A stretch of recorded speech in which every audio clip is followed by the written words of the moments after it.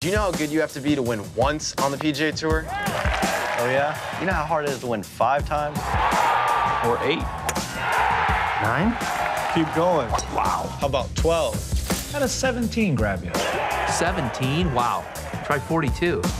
Now try and wrap your head around 79. 79? 79 wins on the PGA Tour. Are you serious? It's ridiculous, really. 79. How good is that?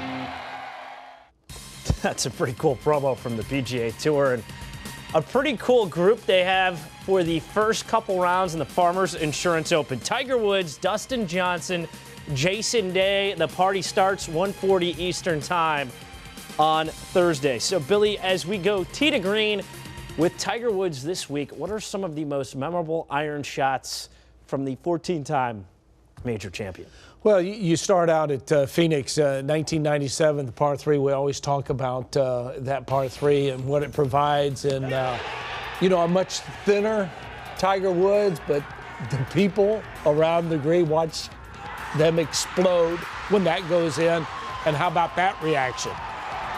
We lost a lot of good beers that day.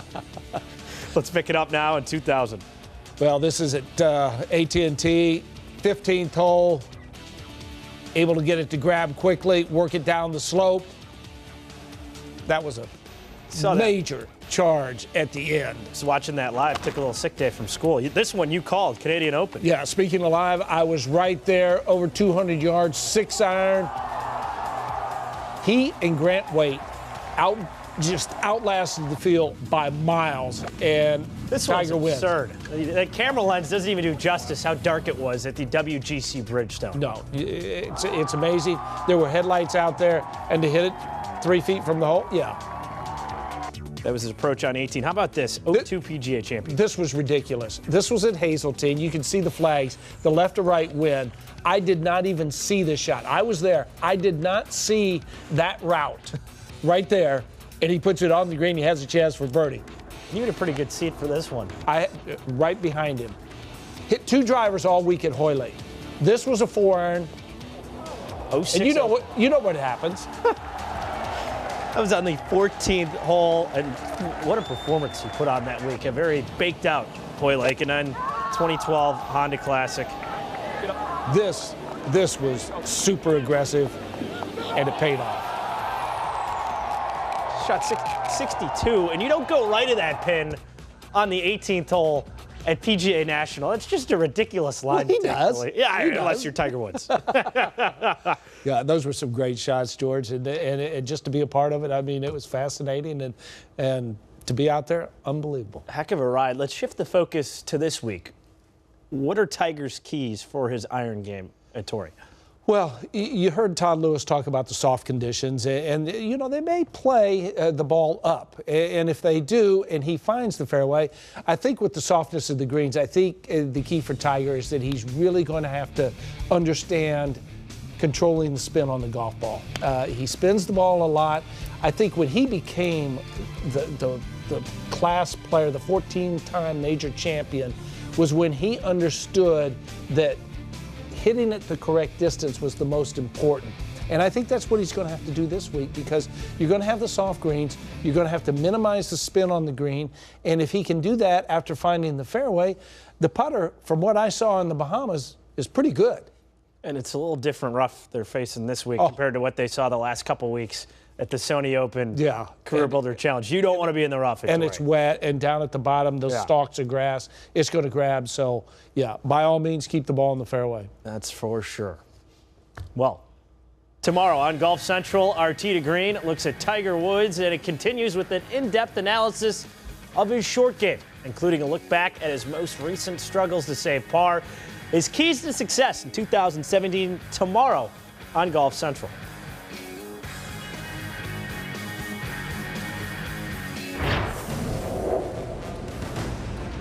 All right, welcome in my buddies Jeff Shackelford and John Feinstein for Alternate Shot. Jeff, Tiger tees it up this week. He was quoted as saying he expects to try and compete to win. What would you consider a success for him at Torrey? Well, George, I certainly expect him to compete. I think he's in good spirits. We got to spend yesterday with him at Riviera. He looks good. He looks refreshed. But let's be realistic. Torrey Pines has a lot of rough. It is really wet out here. It is playing super long. The mornings are going to be very cool, even though they tee off a little later. So I think a made cut, maybe one really good round, no injuries, some smiles, and the sense that he's making progress will make it a sensationally successful week to start off the 2017 season.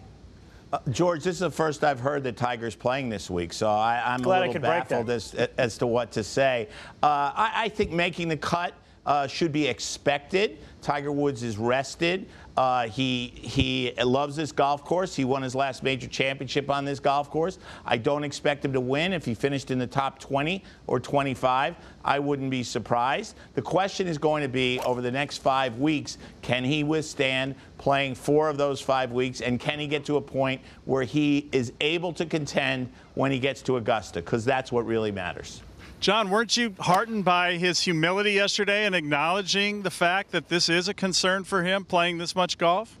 I was thrilled, Jeff. I slept much better last night than I would have if he had not shown that humility. That's a very important point to get to. So, John, another week, another 59 on the PGA Tour, 2 in a row. Are we over 59? Should 58 be the new 59? No, 57 should be the new 58. Jim Furyk already shot 58 and missed a 7-foot birdie putt on the 15th hole, or he could have shot 57 last August at Hartford. But the larger point is this. It's not just about more 59s. You know, there were 2 59s within 24 days in 2010.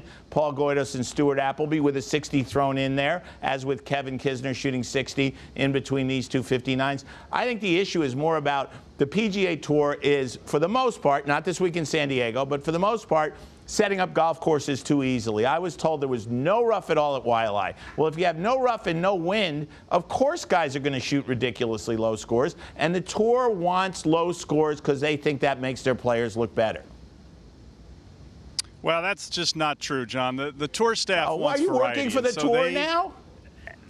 Yeah, no, but I understand how the rules guys set up a golf course. So do They work I. very hard at it. They put a lot of thought into it, and they like to have variety out here. We have a lot of rough this week at Torrey Pines. They've had rough the last few years. Some of these other stops, you know, early in the year, John, it's okay to let the players get in a rhythm. And by the way, 59 is amazing no matter where you do it. I agree with that 100%. It's still a magical number. People still react. Okay, good. I'm glad you're noticing that part that I agree people with. still treat it like a no-hitter. There have still been, you're right, there have still been only 9 sub-60 rounds in the history of the PGA Tour dating to Guy Berger in '77.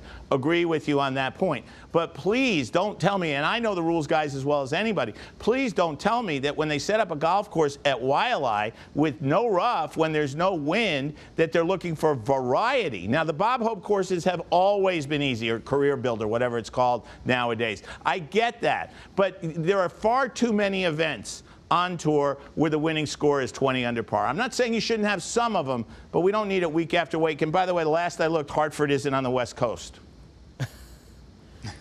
And, John, you can't always pin it on how the rules guys set it up. There are other factors. It's more than that. Other factors at bay that, you know, sometimes they can't alter a course how they'd like because there are other people playing it the other 51 weeks a year. Well, and equipment has changed, and I understand all that, but there are ways to battle you've that. come around on that. All right, let's get to our final question here, Jeff. The new rules changes that are being bandied about, first reported by Golf Week. The reduction in lost ball search time from the current 5 minutes to 3 minutes, allowing spike mark repairs on greens, allowing drop from any height when taking relief. That's a very noticeable change. Emphasis on using red stakes for water hazards, eliminating use of club lengths for taking relief. So, Mr. Shackelford, what's your biggest takeaway? My biggest takeaway, George, is that we shouldn't judge this report right now. These are rules catered to tour pros. These will not impact the everyday golfer at all. I think this was shared with European Tour players to let them know what the thinking is. But for the average person, whether they look for a lost ball for 3 or 5 minutes is not going to impact them. And that's why I think we need to sit back and wait until the USGA and the R&A unveil all of these rule changes and the simplification of the language in the rule book. The only ones that really matter are the first 2, shortening, looking for golf balls. That's a good thing. Fixing spike marks is a good thing, although they're shortening the look for golf balls to try to affect pace of play. letting everybody fix every spike mark will slow down pace of play, but it's still a fair thing to do. George, did you not listen to me? Just wait and let them unveil it all, Exactly. and then we'll judge. I don't have the patience, oh, God, guys. I have to end up agreeing with Shackelford? Oh, yeah, wait. terrible day. Cats and dogs getting along? What's going on here, guys? Appreciate it. One is the most recent winner on tour. The other is seeking her first win in 2.5 years. Here are their keys to going low in the LPGA season opener when we return on Golf Central.